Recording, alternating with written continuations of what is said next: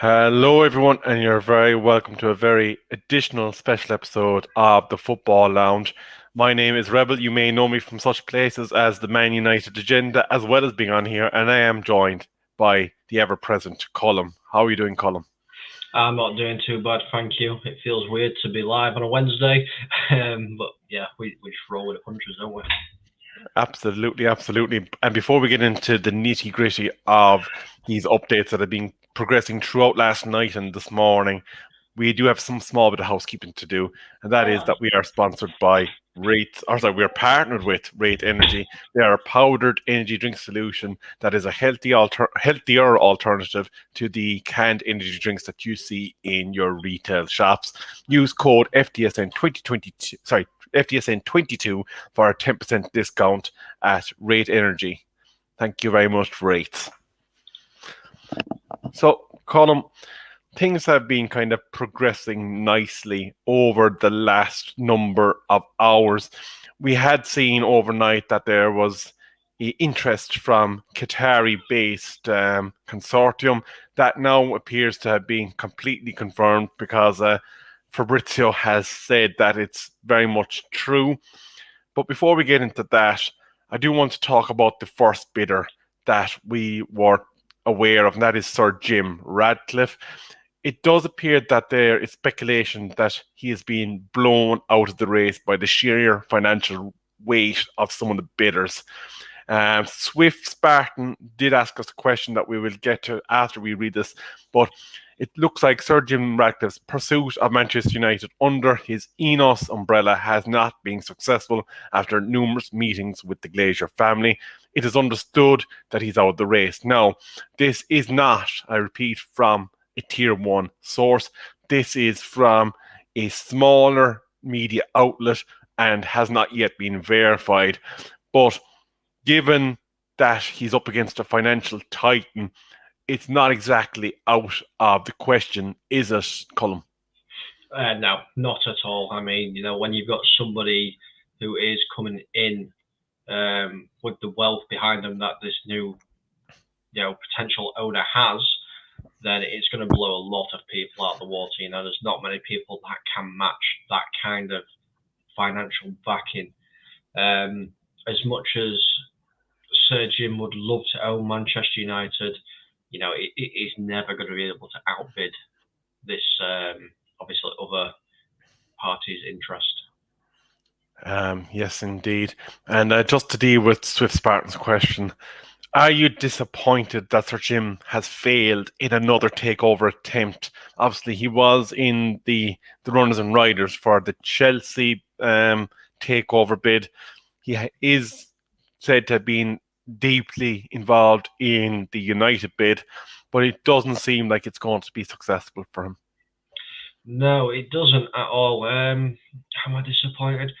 I am slightly disappointed, yes, because obviously the things that he wanted to do at Manchester United would put Manchester United back on the map, as being one of the powerhouses. Don't come near us, this is our yard kind of thing. He would have done a lot of good for Manchester United, but unfortunately, it seems to have all failed on that side. So yes, in a way, I am disappointed, but I think whoever we get in is going to be a massive boost for the club. Absolutely. I agree completely. I do want to say hello to Brush in the chat. I want to say hello to One Speed, Wagwan matey. How are you doing? And Solo, the Roadman. How are you doing? I know you're preparing for numerous things at the moment, so it's good to see you in the chat as well. Now, let's dive into the main event column, and that is the Qatari-based investment fund. The Amir is believed to be spearheading the desire to diversify their football interests, and it's now led to them looking at Manchester United. It was reported as well that FSG, the owners of Liverpool, did offer their club to the Emir, but it was swiftly backslapped and said, no, there's only one game in town that we want, and that is the football whale that is Manchester United.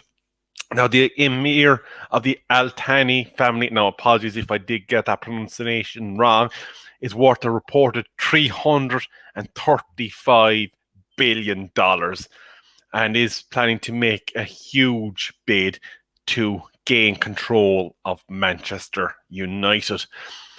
Now, this sort of financial weight, there has to be a finite amount of people that can actually compete with that, if there is any, Column. Oh yeah, 100%. I mean, I don't really know that many wealthy people, from a very working class background. But I think if you look at that kind of financial backing, the only other person that I can think of that will be able to even match or outbid is probably somebody like Elon Musk. Now he's obviously come out and turned around and said, after all the rumours that he was interested in buying United, it was all a joke. He's not interested in buying Manchester United. So who actually out there is there to stop this mega move and this power move? Because that's what this is. This is a power move. This is us saying we can afford to buy Man United and nobody's going to stop us buying Manchester United. So you can try all you want, but we will throw money to make sure we own it. Now, the interesting thing is there is contrasting reports that apparently the Emir has said that he believes £4.5 billion to be a more than fair offer. This is not the first time that we've heard the £4.5 million price tag. Sir Jim Radcliffe was believed to have been quoted as saying 4.5 was in the ballpark of where he expected to be paying for this club. Now, obviously, that nobody's going to show their hand publicly when they're negotiating a business deal. The fact that he may be prepared to up that ante and pay more, he's never going to tell us that. But I do know FTSN Bobby in the house. I just want to say a quick hello to him. It shows that United are a truly attractive proposition, unlike Liverpool. Must be music to Manchester United fans. Now, Bobby, I'd never cast ill to my fellow football fan, even if they do be a scouser. I'm sure they will get their new owner, but they might just have to wait until Manchester United is off the table before people cast their eyes towards them.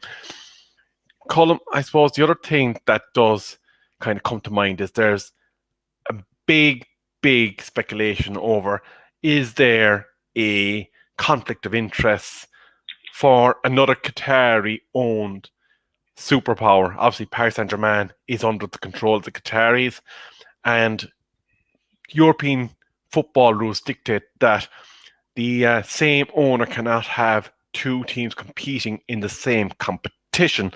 Now, this is a rumour that's currently being quashed amongst those that are speculating on the makeup of that Qatari bid, and they're saying that there would be no such conflict of interest, and therefore it wouldn't be a problem. Now, Sir Jim would have been in the same boat because Nice, if they were to compete in the Champions League, had he been successful, would have been another hurdle to negotiate. I'd imagine it's something that's going to be very much part of the process of evaluating the successful takeover to make sure there is no such conflict or that they've attained UEFA blessing. Oh yeah, 100%. I mean, they're not going to take over with obviously that restriction on top of their heads anyway. They'd be silly to do that. If it became a massive problem, then they would have to look at what club do they want more. Are they willing? Are they going to keep backing Paris Saint-Germain? Yes, okay, they're a powerhouse in football, but maybe Manchester United is more of a powerhouse. We've got a bit more history about us. Our league is better. Our fan base is a million times bigger than the Paris Saint-Germain one.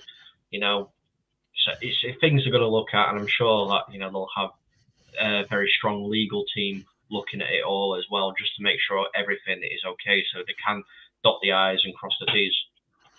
Absolutely, and I suppose the other thing that it seems to be doing the rounds amongst the fan base now rather than the media is that fans are worried that we will be pulled up in a furtherance of time on financial fair play issues. Now, obviously, we don't know yet the extent of those issues at City. That is under investigation, so we're not going to go into that. But just kind of looking at the broader picture, Manchester United's global fan base is roughly 50 to 100 times that of Manchester City's. With all due respect, they're a good club, they're a fine football team. It's just that Manchester United's global reach is phenomenal. The other thing is, as a commercial entity, you will not have to fudge, if that is what happened, a commercial contract when you're dealing with Manchester United. A well-functioning, properly structured United will it be a very attractive destination for potential sponsors in the future. So there will be no need for that because you will get legitimate, above board deals on the table. So I think we can probably alleviate concerns that we may have that we could end up in the same basket because there just would be no need for to do a bit of a behind the back insider trading, would there?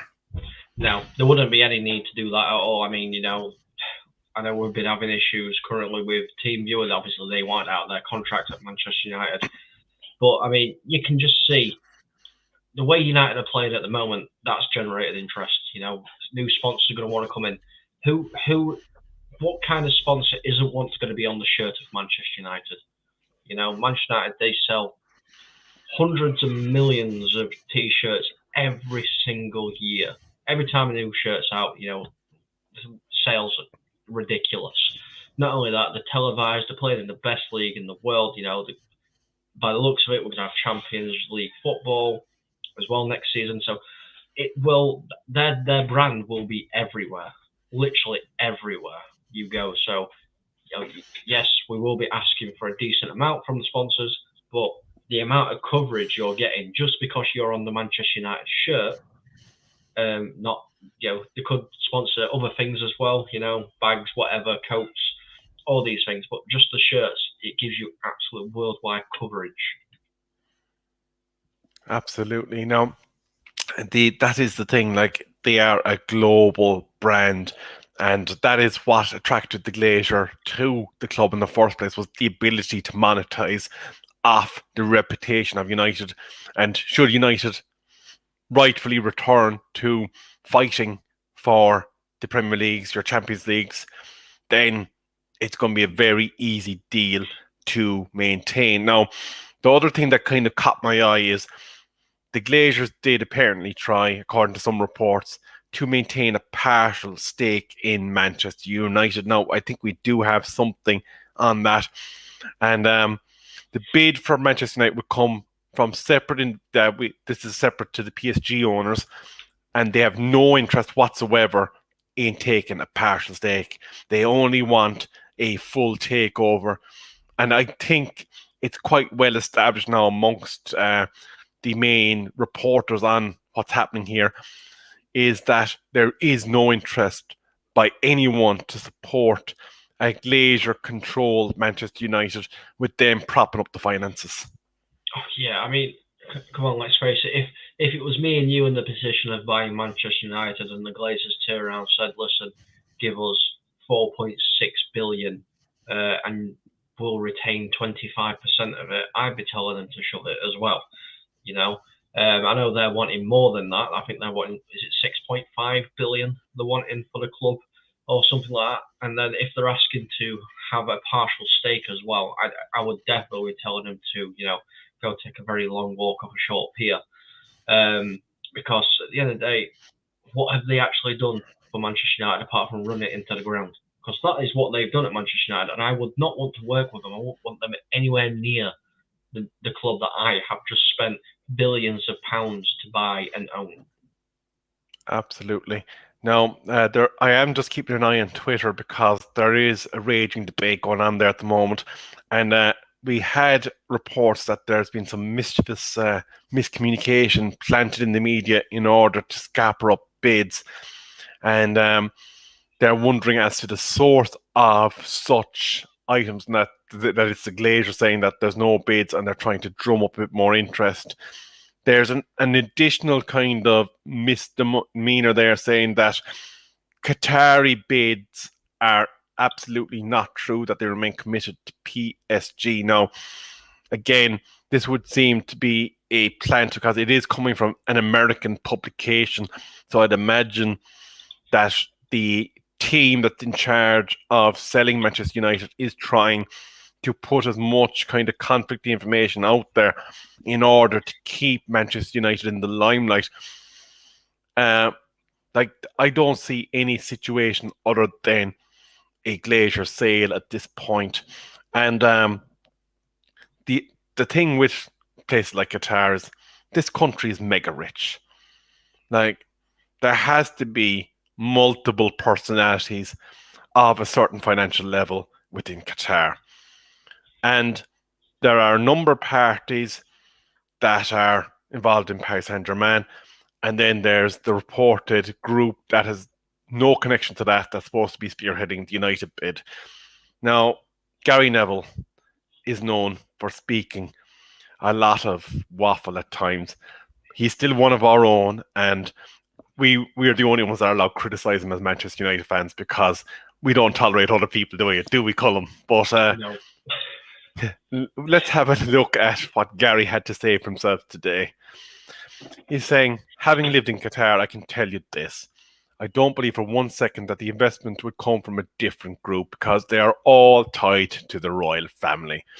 Even if they have a different name, different people involved, they're still doing the bidding of the Emir. People like Al Khalifi get their roles from him and his family directly. He was made chairman of QSI just because they went in for Paris Saint-Germain. Now, that is a very interesting take by Gary. And I suppose just to tease it out, Cullum, if Paris Saint-Germain are still viewed as the crown jewel in the Emir's catalogue of football clubs, as it may be the case, do you see it as a problem that Manchester United could be viewed as something that's subservient and would have to change its course if it affected the path of the Emir's number one play toy? It's really hard because obviously I'm trying to stay unbiased as possible. Obviously, I'm a Man United fan, so Man United is always going to be the number one club. It's always going to be that. So if they consider PSG as the crown jewels, then surely Manchester United has to be the golden gates. The golden gates to heaven. That's what Manchester United is. If anything, they will get more success from Manchester United than what they would PSG. I know PSG can win the league over there, constantly, but let's face it, who's more likely to win a Champions League, PSG or Manchester United? Well, let's look at history here. How many times have PSG won the Champions League? That is very true. Manchester United, every single time, well, nearly every single time we've been in it, we've always competed. We've got so many finals. We have so many Champions League trophies. So surely that it would have to be PSG that would have to change, and Manchester United would be then, the limelight for this new owner. Very true. Now, let's just cast the spanner down the other road. Maybe this is posturing on their part as well, that they have to state that they're remaining committed to the project of Paris Saint-Germain because they would still have to be in a position to be able to sell it should they wish. And if they kind of distance themselves and it did happen that they failed to gain control of Manchester United, it would blow up like stale milk in their face, really, wouldn't it? 100%. I know. Obviously, the whole term "staying face." I understand that. When you're an owner, you have to say certain things and behave certain ways. You can't just dump it. Anything. Just like the owner of PSG, you can't just dump PSG and like, oh, new shiny toy Manchester United. You can't do that as an owner of a club. Now, maybe if they do have to sell PSG, maybe the wonderful people that are moving out of Manchester may look into something to do with PSG. Maybe they want to take on a PSG. They find that they're all about commercial. They're all about making money. PSG make money. They've got Kylian Mbappe, Messi. They've got all these big names that the Glazers seem to love. Love putting shirts out there, slapping them all over social media and everything like that. You know what? If it comes to it, I think, like I said before, I think they would be a lot better at owning Manchester United because we are a bigger club. You did mention our soon-to-be former owners. At least that's what we're hoping. And I did have a bit of a laugh when I saw the tweet. It is a complete fabrication, but the idea that Joel and Avram Glazer could turn around after diversifying the profits amongst their family by with what they took from the sale, Liverpool Football Club, just it kind of enthralled me. Like the idea, I'll be honest with you, as much as I throw mirth and have a disgust for that club during match day, I would not inflict those leeches on them. Oh no, no, no! I would not wish the Glazers on my worst enemy. I really wouldn't. These guys cannot organise a piss up in a brewery. They are terrible owners, and if they go to Liverpool and end up buying Liverpool or anything, then I am so sorry to all the Liverpool fans out there. I really am, because they will destroy your club. Absolutely. Now, the one thing that was said, and this is kind of coming up towards the back end of what we have on the current takeover bid, barring apparently that there's a Dubai consortium also floating around, is that the scale of capital investment that would be required to redevelop Old Trafford, to repurpose and refurbish Carrington, that for someone of Sir Jim's net wealth or a similar net wealth to do that, that it would drastically affect any future spending of the club because they would be committing a vast share of their turnover to repaying a stadium initiative. Like apparently, what's being reported is that a state-of-the-art 100,000 seater stadium is what is on the horizon. Um, it kind of takes a lot of billionaires out of the equation when you talk about the scale of what's needed at Man United, doesn't it? It really, really does. I mean, I believe I touched on this a while back. When we were talking about it, might have been on here, it might have been on the sister channel, the agenda. But when all this started coming to light, I did say this. It's going to cost millions, hundreds of millions of pounds, to build a new stadium, a state-of-the-art one, and it's going to cost, millions to 100, 200 million to get Old Trafford up to the standards where it needs to be because of how the Glazers have just left it run down. And then you've got the Carrington as well, all that needs sorting out as well. So, yeah, it's going to take somebody that's got a lot of money and they don't mind, putting that money in. So for somebody like Sir Jim, he's going to struggle doing that. It might work out to a point where he can get a stadium built, but would it be Manchester United's, or would he have to get third parties in, loads of sponsorship deals? Manchester United wouldn't own the stadium; it'd be somebody else. The best way I can describe it is, and two completely different levels. Don't get me wrong, two completely different levels, but it's the only thing I can really describe it to in my knowledge recently as such. So like I said, it's two completely different levels that we're talking about here. But so obviously my hometown of Doncaster, they was in an old stadium, it wasn't fit for purpose yet, still had standing terraces and everything like that. They've moved to an all-seater stadium. It's 15,749 seater stadium. But they never had the funds. The owner has never had the funds to build the stadium. So we got a company called the Keepmoat in. They built the stadium, and it was called the Keepmoat Stadium. But the owner, Doncaster Rovers, never owned it. Now that would be the similar situation, I believe, if Sir Jim took over. We'd have to get a company to come in, and then they would own the stadium. And it's took Doncaster Rovers. God, I think we moved in there 2007, 2008, and we've only just changed the name from the Keepmoat Stadium. It is now obviously still sponsored by another company because they can't afford to run the stadium. So these are the things we have to look at from a Sir Jim perspective.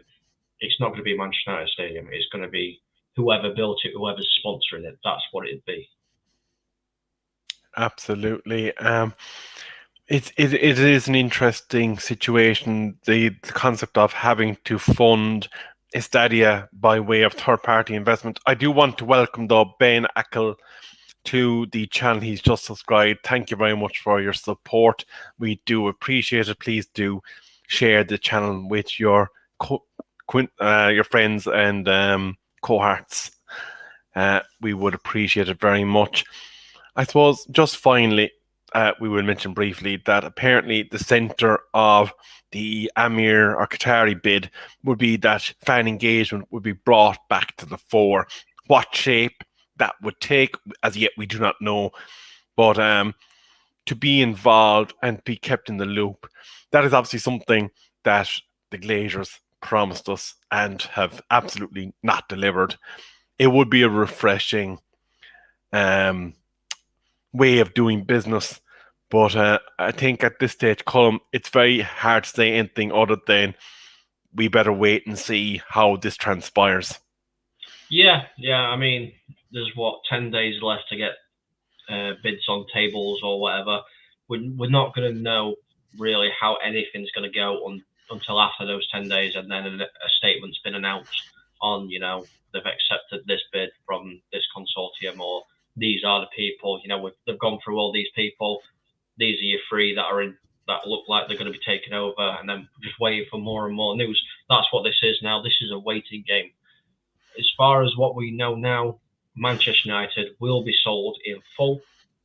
There's going to be nothing, part sale or anything. That's what we're seeing everywhere. Nobody really wants to spend that much money and still have the Glazers having some stake in there. As for the fan engagement, I really hope it does come back, and I hope it stretches to everybody. All of the Manchester United fans, even if it's like, once a month they do a video and put it on the Manchester United webpage, or a statement or something, and not just as much as they are trying and everything, not the Manchester United fans supporters trust, or anything like that, because people like myself and you, who can't travel to the games, we don't get this feedback because they just relay it to the season ticket holders and such like that, which I think is a bit of a shame. I think because we're all Manchester United fans, there's many United fans all over the world, and we would all love to hear what the owners have to say. I'd imagine that part of that, now, we have the Man United app. I'd imagine an overhaul of that even would go a long ways in changing the way communication is issued, because if that is used as the medium for transporting information, then that would be a positive in itself.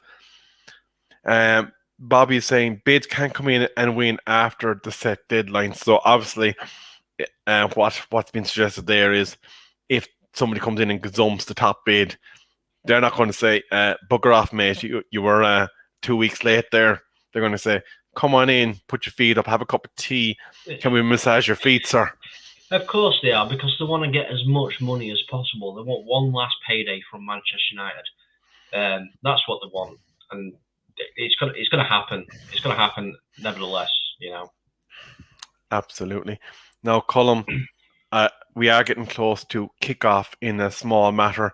So in the name of Pastor Fred, I wish all the best to our Manchester United team, and may we put Leeds United down and secure 3 points. It has been a pleasure. To all those that have been commenting in the chat, thank you very much as well.